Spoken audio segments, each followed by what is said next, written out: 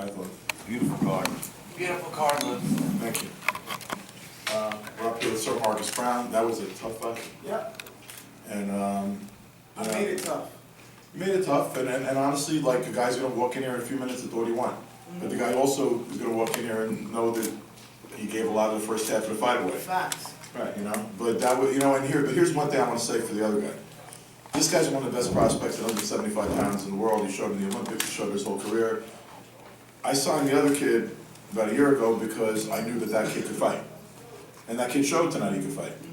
You know, and these guys are gonna, at some point, I think, meet again, down the line, when they both keep winning. Because they're both gonna keep winning because they're at 175 pounds, they're two of the best in the world, and that's the truth. And I talked to Rod in his dressing room, he's a very mature kid, you know, and he said, like, I made it, he thinks he made it hard, the other guy thinks he made it hard. And they both think they won. And when you have a fight that close, you're supposed to both think you won. I didn't think the referee had a great night on either side. You know, I thought there was stuff, and he's a good referee. I just think he had a bad night. That's why I had a little bit of a meltdown after the fight. It was not so much about the decision, but about what I thought wasn't the referee. And I thought it was across the board. But I'll let Marcus answer whatever questions you want. Obviously, he won, and you know, congratulations to him.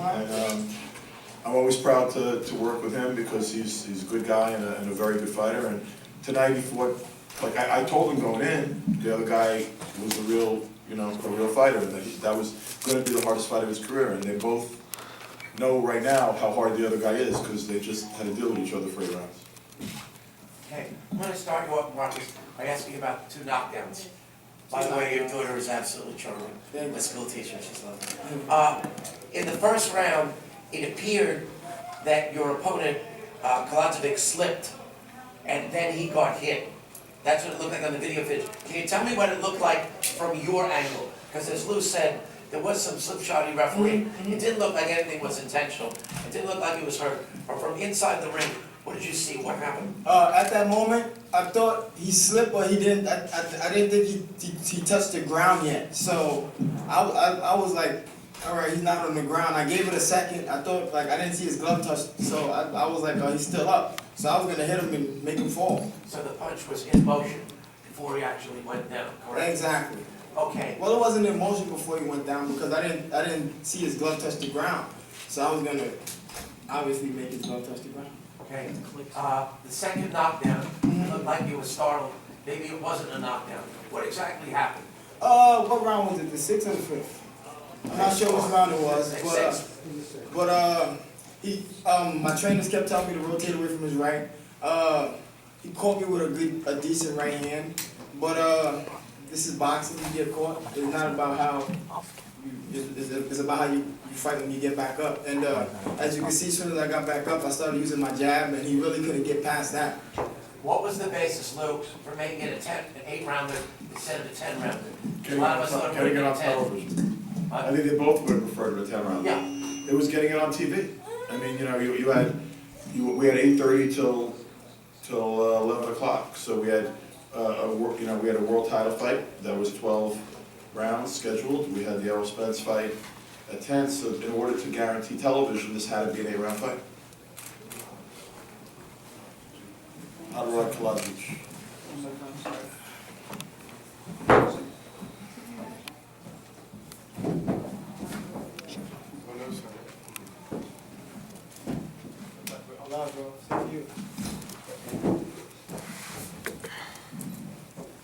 Hot Rod, do you think you won the fight? Yes, I do. Why? Because the first round, I don't believe it was a knockdown. I slipped, and then he hit me when I was down. That should have been a point taken off or something. But Do you intend to appeal it with the New York State Athletic Commission? yes, I do. You know that 1 point would make it a draw. You're aware of that? Yeah, Okay. yeah, I do. You thought it was a close fight, though? Yeah, I mean, I could have put the pressure on earlier. I started slow, but I still think I did enough to win. But you are going to appeal, correct? Yes, correct. I mean, when you look at the video, you can clearly see that I was down and he hit me. So your corner is going to make a full of you? Yes. I'll be honest, like, as a promoter watching the fight, I didn't have that much issue with him hitting him going down because the ref, I really thought, look, and the referee, I respect the He guy, didn't but. get in between. Right, he didn't get in between, so I didn't think he was trying to be dirty when he hit him the second time. I wouldn't have necessarily deducted a point. I just don't think the punch of the first one was really a knockdown, and then I think he was justified in throwing the second one because the referee didn't get in the middle. I was a little bit upset at the referee in it, but I think he's a good referee, and everyone has a bad night. I think he had a bad night. I mean, Marcus did his thing. You know, just, I feel like the referee should have did a little bit more. I mean, he did what he was supposed to do. Marcus? You said that you made the fight tough on yourself. Yeah. If you had to do the fight over right now, what would you have done different? I could have kept boxing him. I didn't have to get into no fight with him because he didn't really have to catch me with that right hand if I really didn't want to. But you know, the man in me and the pride, you know what I'm saying, fighting in front of my family and my people. I was like, you know, I'm not gonna sit there and, you know, let him try to get momentum of the fight. So every time he had a question, I had an answer for it. You know, when a fight is this close, you gotta figure the local guy, the Olympian, the guy with the pedigree is gonna get the benefit of the doubt, particularly at home. And I think from his standpoint, what I said to him, and like, you know, look, I'm not gonna, I was screaming and yelling at the end of the fight because I didn't like the refereeing, but like, I'm not, in terms of the decision, it wasn't like it was a robbery, it's just like it was a close fight. But one thing I think he accomplished is that he shows he belongs with the best. And he's one of them. So. Marcus, do you agree with that statement? Not necessarily, but everybody's entitled to their own opinion. I won the fight. I clearly won it. I won the first 5 rounds, straight. And when he caught me with that, with that right hand in the 6th, I felt like that round was even because I felt like I was winning up until that point. So I mean, everyone's entitled to their own opinion, and it's boxing, and it's what it is. Would you fight a 10-round rematch with it? He was running out of gas. He kept holding. Damn right I would. It was supposed to be. He kept holding. That's another thing. The referee should have took a point out. You kept, every time I punch, you kept reaching in and holding me. Okay, if you're a real fighter, the fans love the This fight. could be one chippy rematch. The fans love the fight. If his hometown was booing him, why not give a rematch if you're a real fighter? I hear you. Yes or no? Yes or no? I'm moving forward. Yes or I no? don't need you no more. Exactly. I clearly beat you. Olympian. And I know He's in an my heart I Olympian. He's beat an Olympian. He's got how many you. I fights? know in my heart I beat you. He's an Olympian. He's got I so know many in my fights. heart I'm I beat amateur. you. I got like 20 fights something, and I came here and beat you in your hometown. In your You hometown. beat me in my hometown. Yeah, your own crowd was booing you. Listen, If you're a real fighter, you're rematch. bugging. If you're a real fighter, you know you No. lost. You didn't say I won that fight after the fight. No. Because you already know what time it is. I beat you. Did the first knockdown count? Be honest. Listen, man. Be I didn't know honest. you was down, so I hit you. Should have been a point. I got a feeling, and here's my feeling. He ain't gonna lose anytime soon, and he ain't gonna lose anytime soon. And I think somewhere down the line, there's gonna be a rematch. What's that? It ain't gonna be in the next fight, but somewhere down the line, there's gonna be a rematch, and I wanna promote the fucking thing. Let's go. Hot Rod, Chris Carn here with Last Call in Fight City. You were a huge underdog going into this fight. I know you're very upset.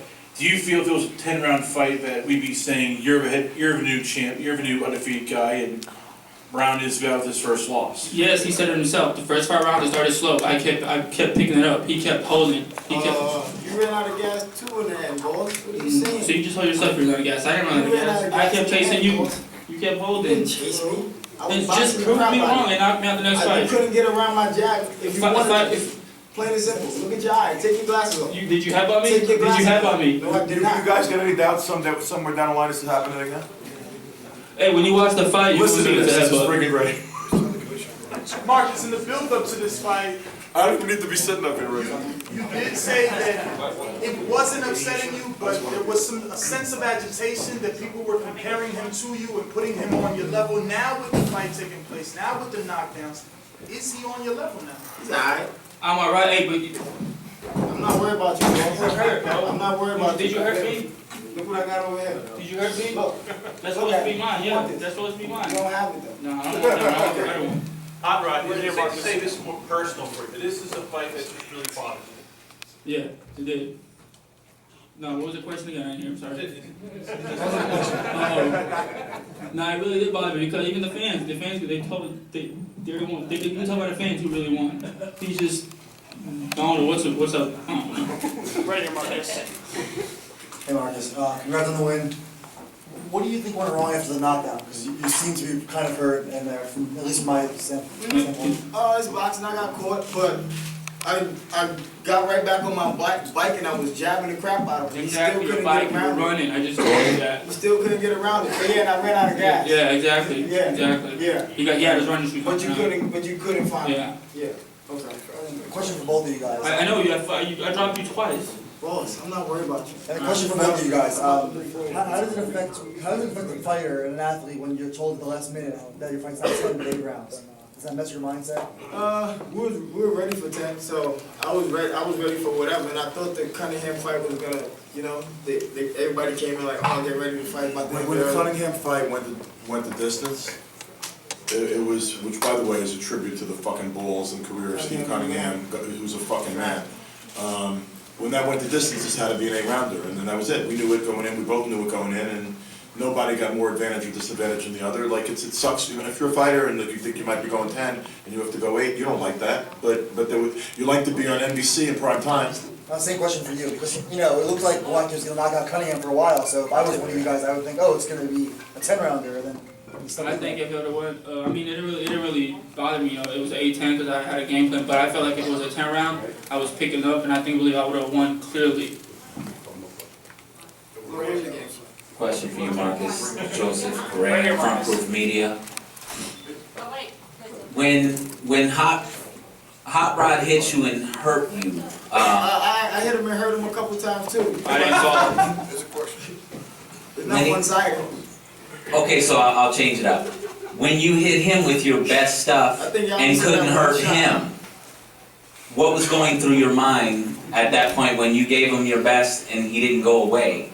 You've stopped a lot of people with similar shots. It seemed like he took your shots well. What was going through your mind? Nothing. This is boxing. Just stick to the game plan. Move away from his right hand that he caught me with that one time, and that's it. But as you can see, I guess all you saw was just him getting that one knockdown. No, I think you both did well. As Lou mentioned, you both are champions. You both put on a great performance. But when he hurt you, what was going through your mind? Did Nothing. you? This is boxing. Get back up, keep your composure, and do what you got to do. And how would you rate your performance tonight? I'm disappointed in myself. That's how I am as an athlete. But I know within my heart I didn't lose. I'm just mad that I didn't perform up to my skill level that I know I can do. And as a fighter, you know within your heart if you lost or not. And I did not. This kid didn't beat me. Plain and simple. He did not beat me. One more. Hey Marcus, you know, given that you were a sizable favorite going into the fight, and most people thought the fight could have won either way, this is probably going to hurt your stock going forward until you fight again. Yeah. Who do you think you need to fight or beat to get rid of this performance? And is it him? I'm not really worried about who I need to fight. Whoever out here came and called me and told me I need to fight, that's what we're going to do. You know, when you look at the 175-pound division, if you're like a light heavyweight, it's a good time to be a light heavyweight. Because there's some very good guys, and then they ain't that much.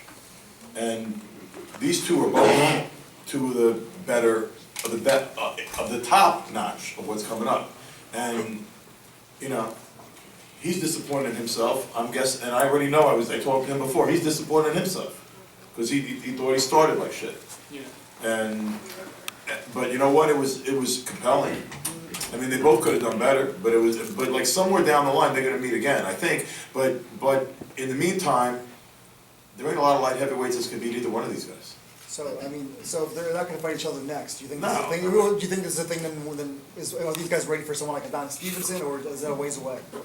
You gotta ask them. I think they probably both, like, I mean, I don't think they're gonna fight Adonis Stevenson next. No, I'm not saying next. I'm No, I saying- mean, are they ready next? I don't know, I don't think so, probably, but that's my opinion, I'm only a fucking promoter, what do I know? But like, I think that they'll go on and fight, you know, contenders in the light heavyweight division, and when you look at the light heavyweight division, like I said, they're you know, there's a reason that he's undefeated, and there's a reason that he was undefeated coming into tonight, and he thinks he won tonight. Isn't the winner of Thomas Williams, Eduardo Rodriguez, a natural for Marcus, and the loser for Hot Rod, or vice versa? I think the winner of that fight's gonna wanna fight Adonis Stevenson. You know, true. You know, like the winner of that fight's gonna wanna move on. I'd fight the winner or loser since he don't want to fight. Last question. Hot Rod, did Marcus ever hurt you in the fight? He hit you with a lot of clean punches. As you mentioned, you started out slow. He hit you with a lot of clean stuff. Were you ever hurt in the fight? No. Not like you. You know what though, if he didn't say what he's saying, you'd think he's a punk. Because like, this was the kind of fight, it was a close fight. I'm not gonna, like, I'm not sitting here and gonna say, you know, it was a close fight. And he, you know what too, like from his standpoint, he's upset, he deserves to be upset, I think, but he's gonna go home and honestly, he didn't do enough to make the judges think he won.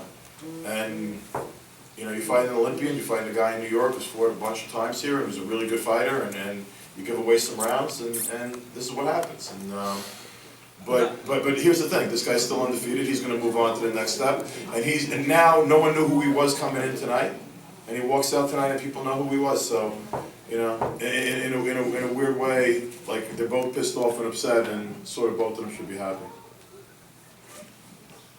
And I ain't doing it. And if they're going to trash talk each other, they're fighters. That's what they're fucking supposed to do. I'm not really mad with the decision. Okay, you know, it was his hometown, he won, okay. But if I was in his shoes, and if he really thinks he beat me again, I would give a rematch. That wasn't my coach, he didn't say that. He didn't say that. He said something about the split decision. No, I'm done My daughter's with it. ready, can we leave? You can leave. Thank you. We can leave. We're going to bring in Errol Spence. Thank you, guys. Thank you, guys. God bless.